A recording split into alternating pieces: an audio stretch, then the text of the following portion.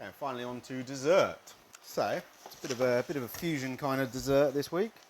We're taking some lovely matcha green tea sponge, and we're going to make a rhubarb kind of fool.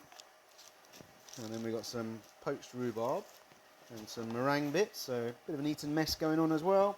And then finally a little bit of the matcha powder. First thing we're going to do is mix our puree through our fool.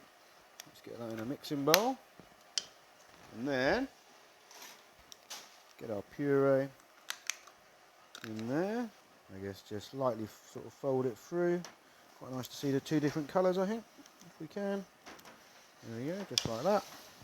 And I might normally go for a flat plate, but I think these are fairly flat on the bottom and they should sit in pretty well. So, yeah, they look nice. In goes the sponge first of all. Little sponge disc. It's looking good.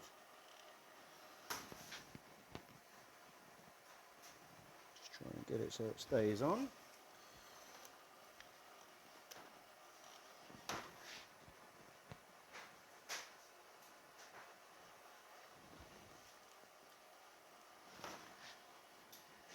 Then our rhubarb, let's split that open, just like this, and then sort of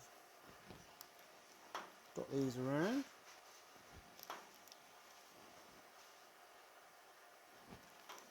It should stick on there pretty good. It's quite sort of gnarly with the rhubarb sticking out all over the place, and it's looking pretty cool so far. It's a new dessert. I think the Japanese are going to take this on, start their own rhubarb plantation.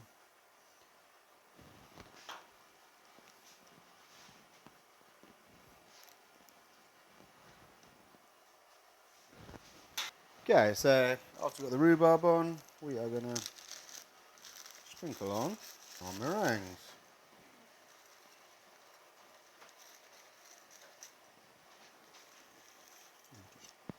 Oh, it's a bit generous on that one. Take a little bit out of there.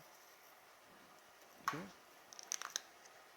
And finally, a little bit of our magic green dust.